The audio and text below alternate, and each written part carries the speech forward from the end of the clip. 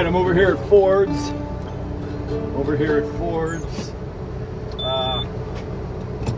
Gonna start mowing about 2 weeks past when I wanted to do this, but we've saved the Bobolinks.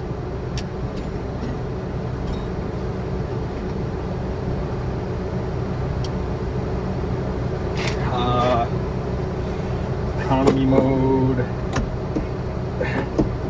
This field is full of pitfalls, so we'll see what happens.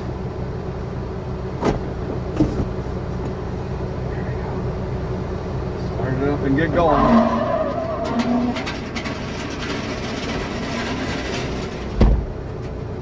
Air conditioning today because it is cold. Hot. I'm just going to ease into this because there's a pile of pallets right in front of me.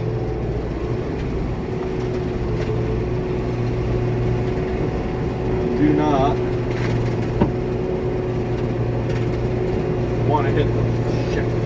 Can I take out everything? There.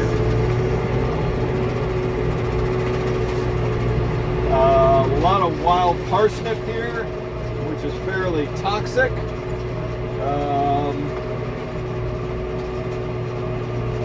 And a lot of hidden obstacles, stones, all sorts of stuff. I don't honestly know if this thing is mowing well. Damn it, man, I don't think this frickin' thing is mowing. Wow.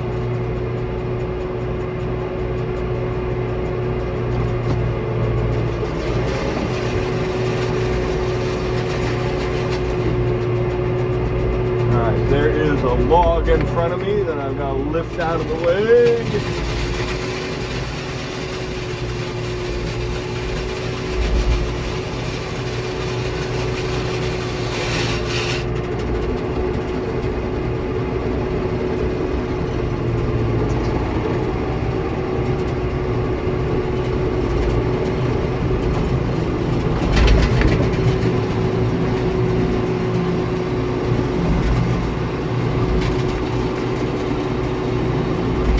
Got rid of the log.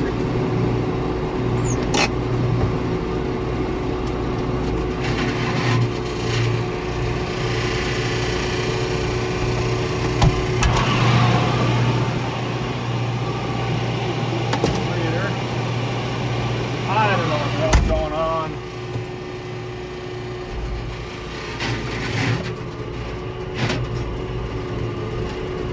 Well, I guess I was sitting on a log. I don't think this thing is cutting.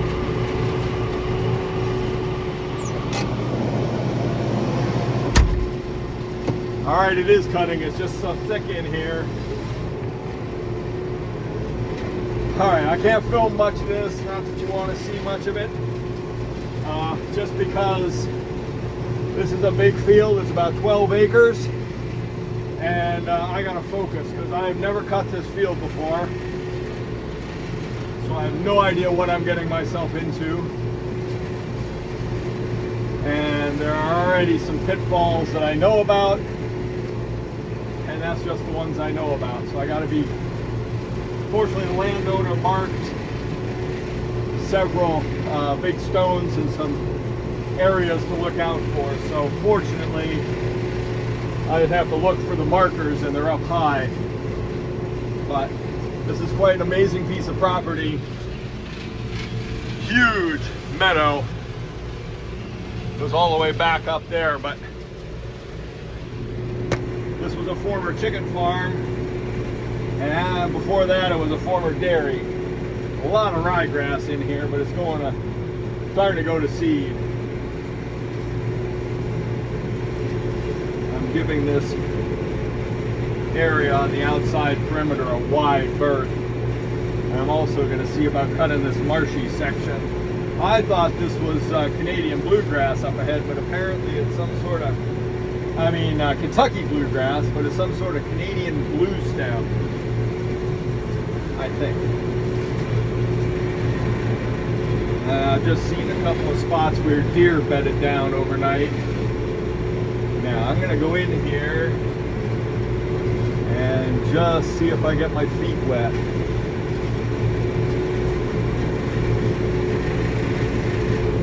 Of course, the grass here is quite heavily lodged.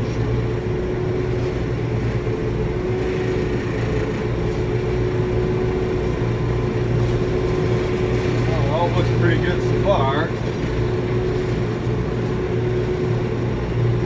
This grass in here is easily 5 feet tall.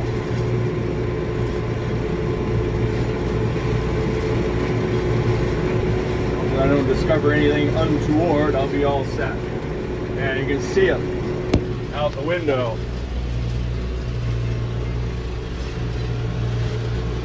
This mower does do a good job in this kind of stuff.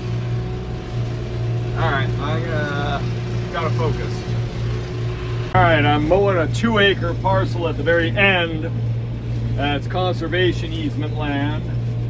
And it's bowl-shaped, so I've managed to go 4 rounds around the rim of the bowl, and I'm getting down into the hollow. Mower's working well, which is fantastic because I'm out of blades. I have one set of 4 very old blades that I sharpened up and flattened out because they were so bent. And other than that, I've got some more on order.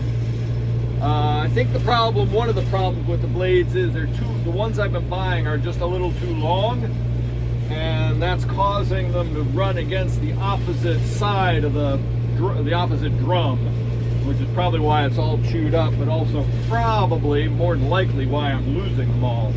Because I lost 6 the other day. Brand new, too, and I was not happy about that. These should last one entire cutting, all the fields first cut, then flip them over and do all a second cut. That's what's supposed to happen, but it hasn't been. Anyway, I'm in a section here with some trees, which I'm not happy about, but I'll mow around them. Stuff looks okay for what it is. I'm going to probably label it as haylage when I mark the bales, just so I know that it's on the drier. And also the date should give me a clue because it is very late first cut here. Yeah, it's not too shabby. I think if I can improve these fields, I'll be a long way to not having to travel to Thomaston and try and bring all those bales home. I could possibly just go over to Thomaston and mow, rake, and bale, and have Greg get those bales next year, probably not this year. I got to improve my fields to get at least the volume that I get out of Thomaston as well, because otherwise I'll be tight. I think I'm going to have another couple fields in the neighborhood though, but at this point it's probably just going to be hay, and I'll probably sell that to my neighbor Lake because they need stuff for their goats, and I've been hunting for fields to get them what they need, but I want to make sure that we have everything we need before. I will feed the cows hay if I have to. Just have to feed them more grain. Now I've got a stone right here that I am trying to avoid. I'm gonna go around that stone. Big old. I'm zeroing in on the last strip of this field, and it's been a challenge. It's thick, and a lot of the grass is lodged to the ground, which means it's matted, and I've had to tip the blade slightly towards the ground to try and get under it. But as heavy and as lodged as this grass is, it's really hard to see where I've mowed. Normally this mower spins counterclockwise, spins towards the center each drum, and it shoots a swath of grass out the middle. But this is just laying it down all over the place in thick rows. And when it shoots it in the middle, you can see the area between the swaths, so you know where you're cutting. That isn't happening here. Combine that with the fact that this field is so hilly and rough and bumpy. And then the other guy, farmer who had been haying it before me, dug out a bunch of roots of alder plants, alder trees, and left these great big holes in the ground where he dug out the alders. He didn't bother filling them in. He didn't fill the holes back in, and he didn't have the right tools to do the job. He just used his bucket on his tractor and left these great big pits in the field. So I did have to stop and wind the mower down because it wasn't cutting. And it turns out a couple of blades had turned in on themselves and got stuck that way. They kind of rotate out by centrifugal force. But the grass had plugged them and they weren't cutting. And then it had also lost what I ended up adding 5 blades. So I think I added, out of 8, I guess I only added 4. 3 on one and 2 on the other. So yeah, it's cutting, and it's cutting well, and thankfully I only,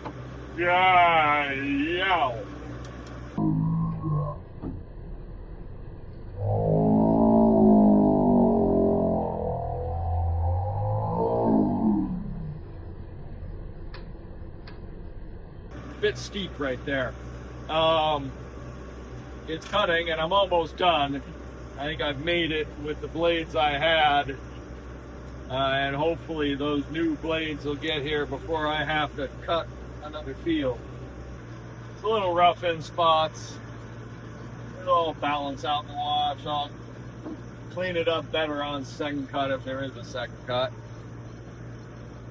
Well, it's late. I mean, July 13th today. 13th of July. So yeah, I'll figure it out. We'll see how clean the field is once I rake it tomorrow. Heavy crop, I'm not going to be able to double up the windrows. I'm going to have to do single windrows. I don't want to have baler plug issues. This is the sort of grass that could give the baler issues. Unless it wilts down super nice.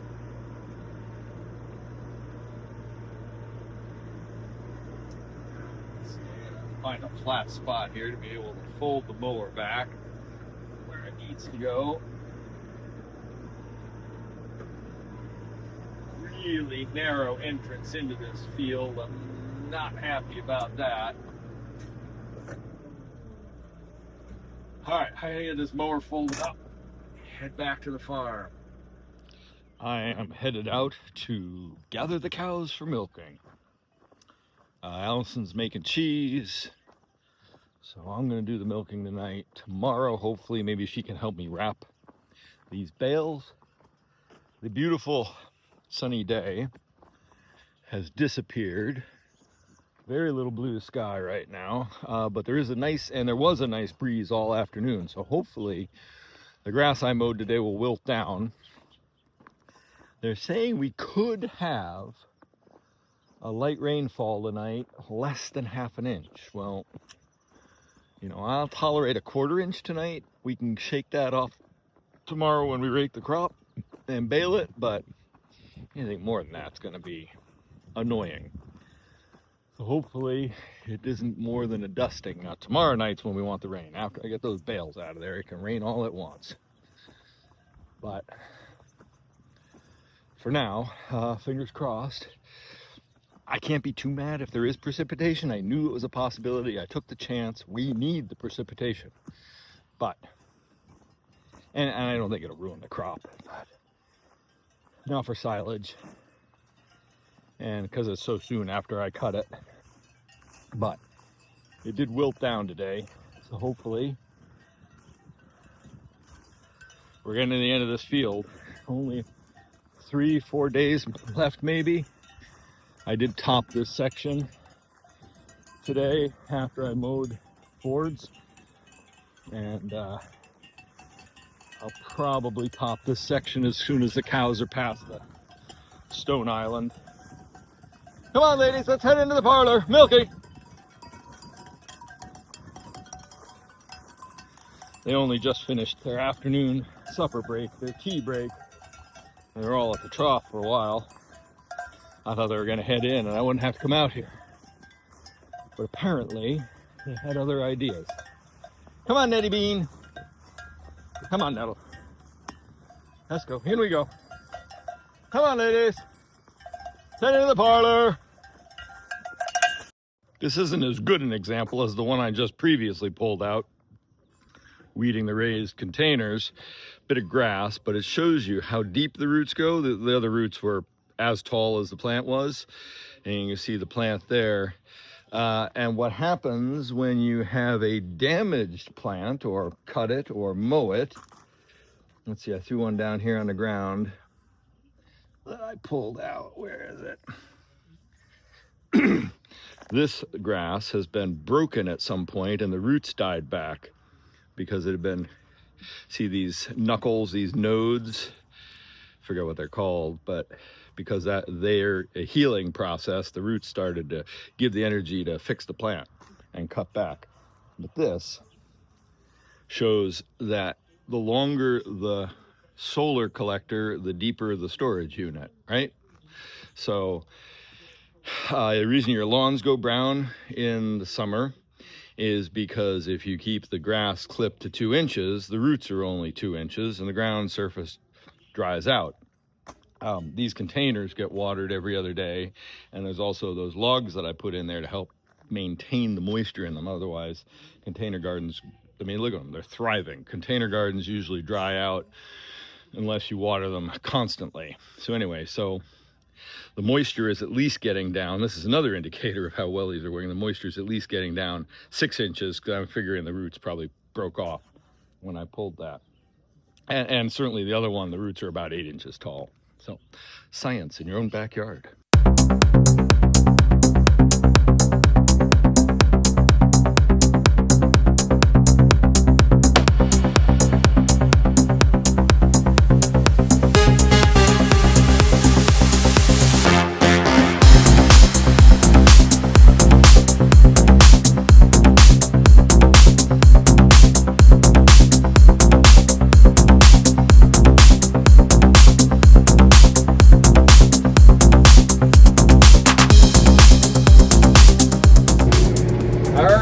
So I am raking forks.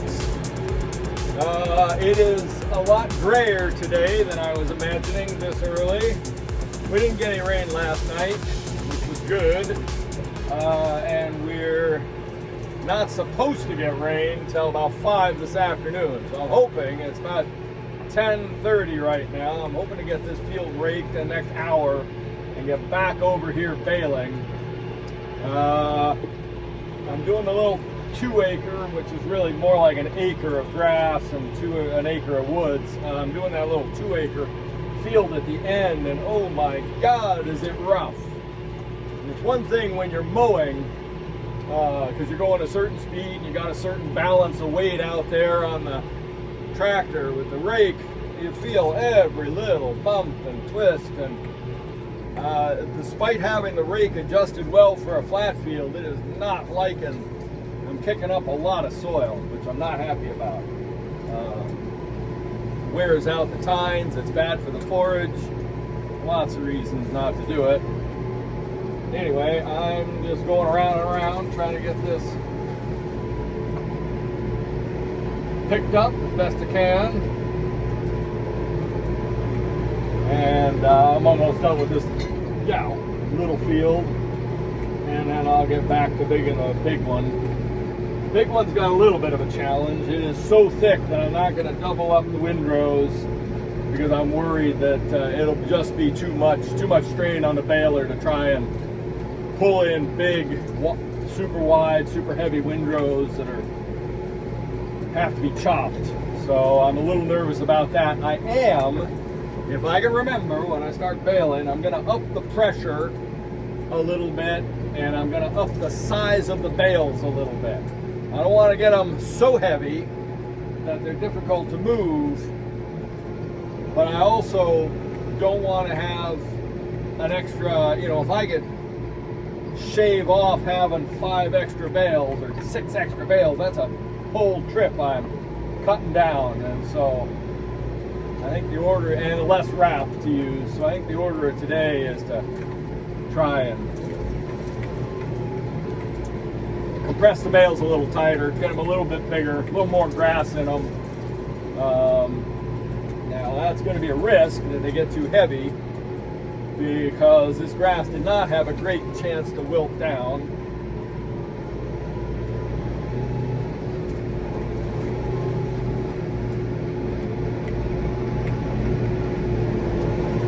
But it is what it is. All right, I've given up raking. I've got 90% of the field raked. It's spitting rain. It is way too lumpy, bumpy, twisty, wisty, and this stuff is, I mean, this grass should have been cut a month ago. It is long. It was 5 feet tall. The windrows, even a single windrow, is super thick. I'm gonna have a problem baling it. I'm worried about baling. So anything that I didn't rake, I'll just pick up out of the mower swath at this point. I can't, in these tight areas where these trees are, I can't risk making the windrows so big that I'm just going to start plugging the baler constantly. So I'm going to get up here and stop and put the rake away, get home, get the baler, and start baling. It's gone 11 o'clock, 11:30, something like that. I don't know. Anyway, it's yeah, this is a heavy field. I was not expecting it to be this heavy a crop, and the length and the thickness of it could be an issue, because like I said before, I'm running the baler at the limit of the tractor, and as wet as, you know, it wasn't, let's see, yesterday was sunny and warm with a nice breeze, but then it cooled right off in the evening. And while it's probably 78, 80 degrees out there now, it's not sunny, and there's a little bit of a breeze. So this stuff is just wilted as far as it's going to wilt, and if we keep getting these sprinkles, the moisture is just going to add to the difficulty of things. So I think I really need to get going and get back here and start baling and just take my time, and slow and steady will win the race. And hopefully I can get done baling by about 2 o'clock. That would be ideal. And then I can just start hauling bales. I don't care if I have wrapping in the rain tonight. Once it's baled, I'm not so concerned. But it is going to be a challenge getting all the bales in and out of here. It's another one of those cases where the access is totally crap, because people want to have their nice houses. They want to have their landscaping. They don't want to admit that they've got this hayfield. And, you know, the previous farmer had a lot smaller equipment, could get in here. I don't know how he would have dealt with a crop like this. A lot more windrows, I suppose. He doesn't have as wide a raking width, or he might have just done this in several days chunks. I don't know. Anyway. All right, bailing away, and I am having to go in first gear, or first gear plus a half, second gear low, whatever you want to call it. The windrows are thick, it's tough. I plugged the baler once coming around a corner, had to stop it, had to unplug it. Fortunately, I didn't have to dump the bale. Yeah, this is going to be slow going. I've got 5 bales in the field.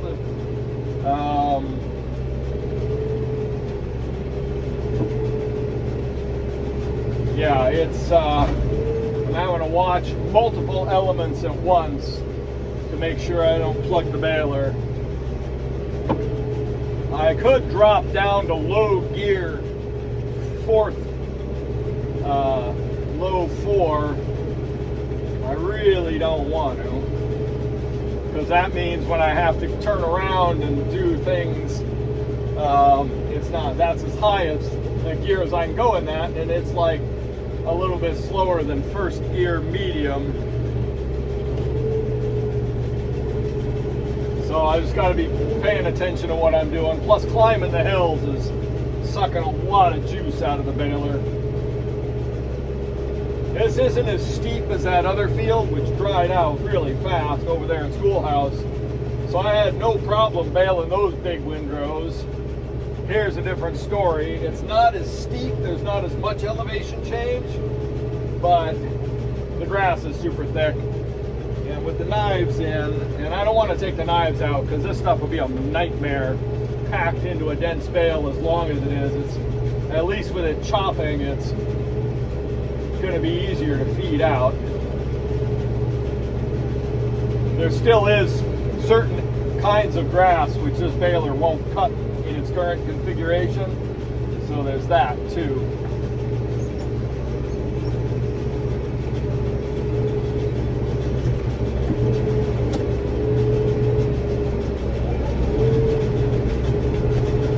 Yeah, just really got to pay attention to multiple elements here.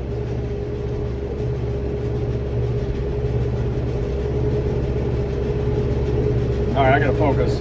I did have to mess with the twine tie once. It was not tying, and turns out there was some chaff caught in the mechanism. And the sun's trying to poke out. There's a little bit of blue sky up there.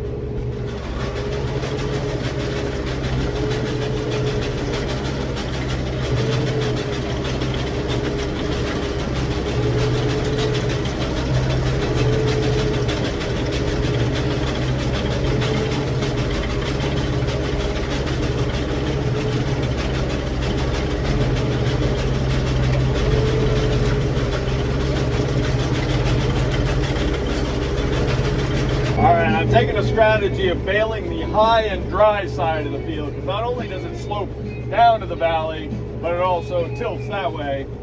And so the higher, drier side is less thick. And so even though the windrows are thick, they're baling a little bit easier. And that's giving the other stuff that much more chance to wilt.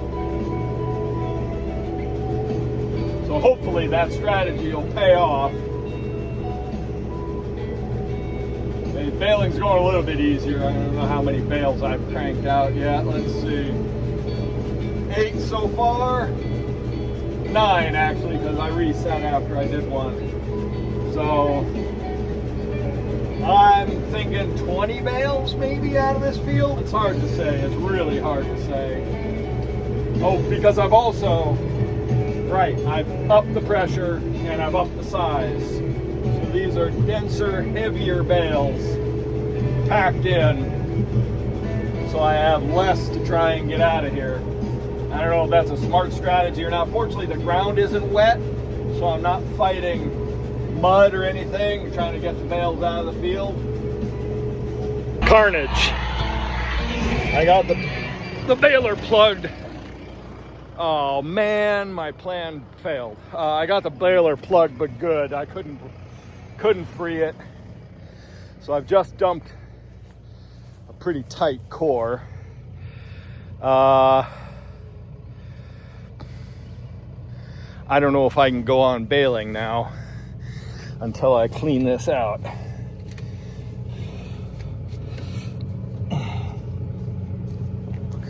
Guess I could see if I can close the thing. I tried to run some wrap out so that the bale would hit the wrap. And, not be loose. I hope I can get this thing started without clearing the rest of this out. This is starting to seem like work. I don't know if I can pick this core up or not. I don't know if I can get it wrapped in some plastic to help preserve, keep it tight until I can pick it up. All right, I've got that core sort of wrapped in some plastic. Maybe it'll hold together when I pick it up. I don't know. I'm hoping I don't have to clear that stuff in the baler out. I can just close the gate, start going again. The horseflies are vicious in the field. Remember the patch I made in the belting on the baler? Well, the goo that I smeared on it is worn off, but the patch is looking really good. It's holding, even though I upped the pressure, so that's good. All right, first load of 3 almost done. Loaded. I got around 19 or 20 bales. It's hard to tell with the 2 cores. I brought 1 core home the last bale I was rolling, and there's that core that I wrapped in plastic. Plus there was 1 I jettisoned before I reset the counter. So I think there's 19 or 20 bales. So I'm gonna take 7 home in the first load and see if, and a partial bale in the second load as a 7th bale.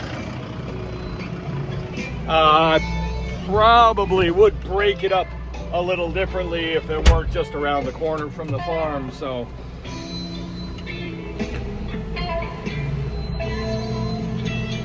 I just want to get this done. I just ate my lunch. It's going on 3 o'clock.